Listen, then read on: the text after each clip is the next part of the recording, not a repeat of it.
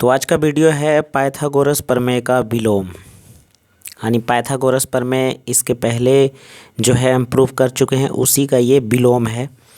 कहता है प्रश्न, किसी त्रिभुज में यदि एक भुजा का वर्ग अन्य दो भुजाओं के वर्गों के योगफल बराबर हों तो पहली भुजा के सामने वाला कोण समकोण होता है। पहली भुजा के सामने वाला कोण क्या होता है? समकोण होता है। तो यही हमें साबित करना है, ठीक है। तो यहाँ पर हम विशेष प्रतिज्ञा में ले लिए हैं। विशेष प्रतिज्ञा हम उसे मानते हैं जिसे हम मानेंगे।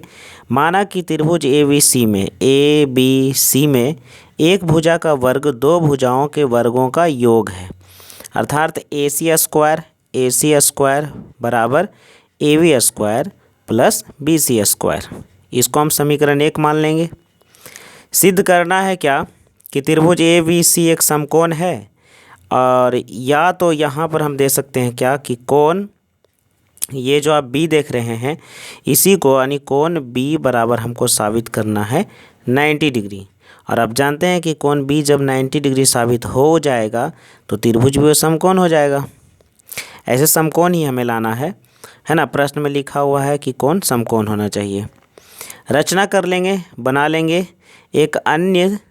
एक अन्य त्रिभुज डी ई एफ की रचना किया, जिसमें देखिए डी ई एफ एक त्रिभुज की रचना किए हैं, जिसमें जो है ये डी ई जो है वह ए बी के बराबर है और ई एफ जो है वह बी सी के बराबर है, ठीक है। अर्थात इसके बराबर जो है यह है और बी सी के बराबर जो है यह ई एफ खींचे हैं। अर्थात ये जो है, अच्छा यहाँ 3 लाइन दे दीजिए क्योंकि इसमें डबल खींच दिया गया। तो यहाँ ए बी के बराबर डी और बी सी के बराबर ई एफ खींच लिए, ठीक है। और कोण ई जो है यह 90 डिग्री है। ये हमारा रचना किया हुआ है। कोण जो है ई जो है वह 90 डिग्री, कोण ई 90 डिग्री है। अब आते हैं प्रमाण में। अब प्रमाण में आते हैं और प्रमाण में हम चलेंगे कहाँ? तो यहाँ पर जो रचना किए थे डी ई एफ, तो चलेंगे त्रिभुज डी ई एफ में। तो चलिए इसमें हम लोग चलते हैं। तो इसमें हम लोग चलेंगे पाइथागोरस प्रमेय से, है ना। ये समकोण त्रिभुज है इसीलिए इसमें पाइथागोरस प्रमेय लगा लेते हैं। चलेंगे पाइथागोरस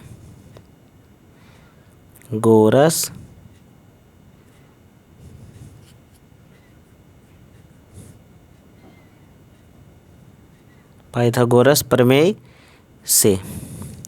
अब पाइथागोरस प्रमेय क्या होता है? तो पाइथागोरस प्रमेय होता है क्या? डी एफ, ये कर्ण हो गया ये डी एफ, तो डी एफ ले लेंगे।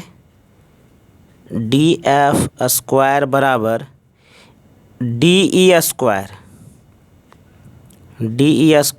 Plus E F square.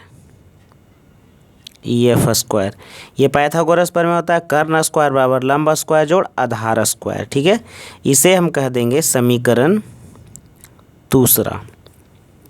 इसके पहले देखिए समीकरण पहला क्या था? तो समीकरण पहला हमारा था ए सी स्क्वायर बराबर A B square plus B C square, ठीक है। तो यहाँ पर समीकरण दूसरा को थोड़ा सा हल करेंगे। यहाँ पर क्या लेंगे? डी एफ स्क्वायर बराबर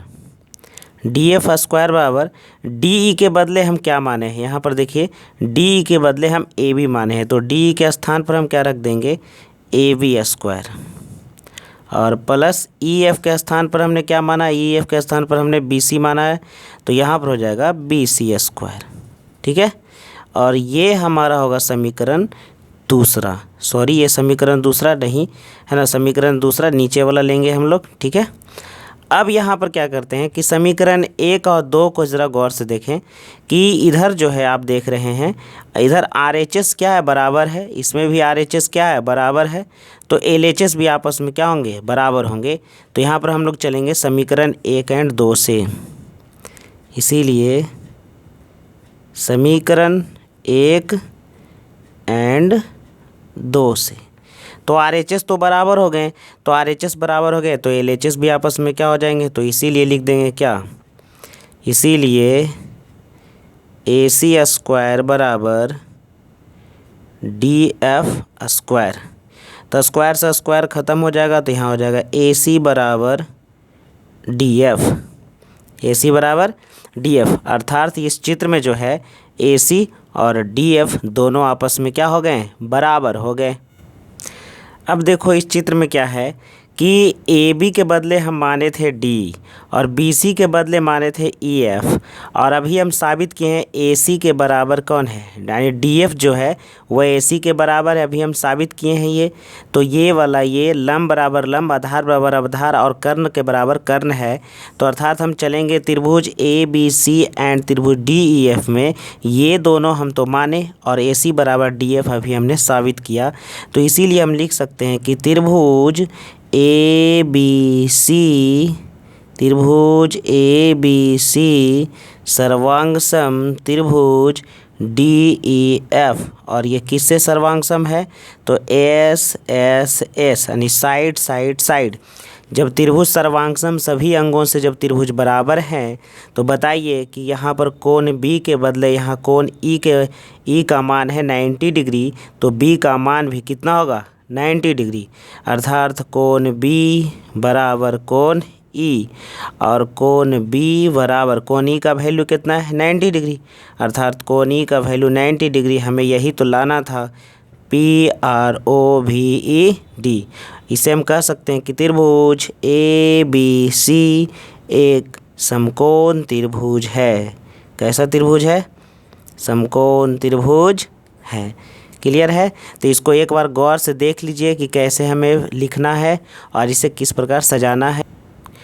तो देखिए ये जो है प्रश्न काफ़ी इजी था और इसमें जो है कुछ विशेष नहीं है, आसानी से एक जो है रचना करते हैं और दोनों त्रिभुजों को क्या करते हैं, सर्वांगसम कर देते हैं, और सर्वांगसम करने पर क्या होता है, हमारा जो है आंसर आसानी से प्राप्त हो जाता है।